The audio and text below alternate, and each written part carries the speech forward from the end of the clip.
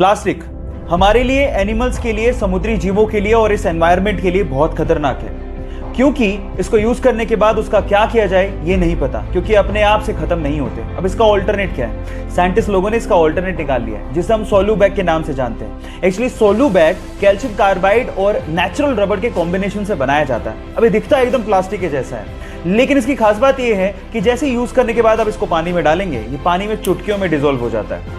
और साइंटिस्ट लोगों का यह भी कहना है कि गलती से भी वो पानी किसी ने पी लिया तो उसके लिए कोई खतरा नहीं है। बस प्रॉब्लम यह है कि मॉनसून के दिनों में इसको इस्तेमाल करना थोड़ा सा डेंजरस है, क्योंकि अपने आप से डिसॉल्व हो जाता है। लेकिन अपनी प्रकृति के लिए हम लोग इतना कॉम्प्रोमाइज तो कर ही सकते हैं। गाइज, मान लीजिए कि अगर आपको कोई पेंटिंग बनाने को बोले तो सबसे पहले आप क्या ढूंढेंगे? Pencil, colours. लेकिन इटली की एक आर्टिस्ट गिउलिया बनाडेली पूरी दुनिया की पहली आर्टिस्ट है जो कि कलर्स का इस्तेमाल करती ही नहीं है। वो पेपर पे कॉफी को गिरा के अपनी आर्ट बनाती हैं, और ऐसी क्रिएटिविटी शायद ही आपने कहीं देखी होगी। और वो दुनिया की पहली ऐसी आर्टिस्ट हैं जिन्होंने कॉफी आर्ट को इंट्रोड्यूस किया है। गाइस, ये किसे पता था कि एक छोटा सा वायरस हमें घर बैठने पे मजबूर कर देगा? और फिर उसके बाद आज से 33 साल पहले शूट हुआ एक पौराणिक सीरियल हमें दोबारा से दूरदर्शन पे देखने को मिलेगा, और उसके बाद यही सीरियल पूरी ही दुनिया में व्यूअरशिप के झंडे गाड़ देगा।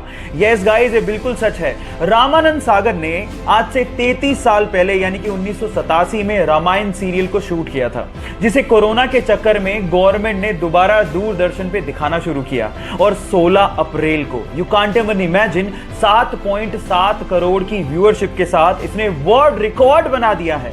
इससे पता लगता है कि भारतीय कला और भारतीय इतिहास के चाहने वाले पूरी दुनिया में बहुत लोग हैं।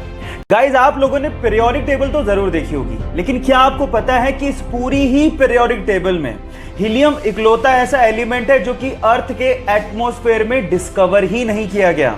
एक्चुअली उसे सन के एटमॉस्फेयर में डिस्कवर किया गया था, इसीलिए इसका नाम ग्रीक वर्ड हीलियोस से इंस्पायर्ड है, जिसका मतलब है सूर्य देवता।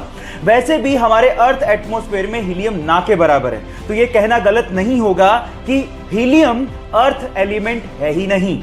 दिल्ली के सरकारी स्कूल से रिटायर एक टीचर कीमत राय गुप्ता ने रिटायरमेंट के बाद अपने आप को बिजी रखने के लिए दिल्ली के भागीरथ पैलेस मार्केट में इलेक्ट्रिकल अप्लायंसेस की एक दुकान खोली। तब उनके पास एक सेल्समैन आया, और उस सेल्समैन ने बातों ही बातों में एक जानकारी दी और कहा कि हेवेल्स नाम से एक छोटी सी फैक्ट्री है जिसे उसका मालिक बेचना चाहता है। तब कीमत राय गुप्ता ने 7 लाख रुपए देके हेवेल्स नाम की एक छोटी सी फैक्ट्री को खरीदा, और रिटायरमेंट के बाद भी अपनी मेहनत के दम पे उस फैक्ट्री को मुनाफे में लाके खड़ा कर दिया। और गाइज, आज वो इंडिया की दूसरी सबसे बड़ी इलेक्ट्रिकल अप्लायंसेस बनाने वाली कंपनी है, जिसका टोटल टर्नओवर 1000 करोड़ से भी ज्यादा है। एक इंटरव्यू में कीमत राय गुप्ता जी ने कहा था कि जो इंसान मेहनत करना जानता है और जो इंसान रिस्क उठाना जानता है, उसको सफल होने में कोई रोक ही नहीं सकता। वो 5000 रुपए पर मंथ पर एक रेस्टोरेंट में गाना गाता था।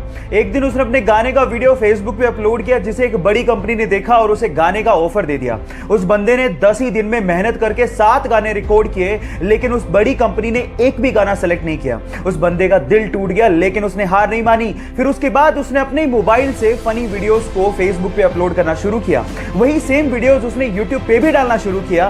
पहले कोई खासा रिस्पॉन्स नहीं था, लेकिन उस बंदे ने सेम सेटअप के साथ 100 के करीब वीडियोस बना डाली, और उसी में से एक वीडियो पाकिस्तान में सुपर वायरल हो गई। और उसके बाद उस बंदे ने पीछे मुड़ के कभी नहीं देखा, और आज वो बंदा इंडिया में सबसे ज्यादा फॉलोवर्स के साथ नंबर 1 यूट्यूबर है। सर्जन कहां से लाऊं? अरे हमसे बड़ा सज्जन कोई पैदा नहीं हुआ। सर्जन गाइस, अपनी मेहनत के दम पे एक साधारण सा बंदा कहां से कहां तक पहुंच सकता है, ये आप भुवन बाम से सीख सकते हैं।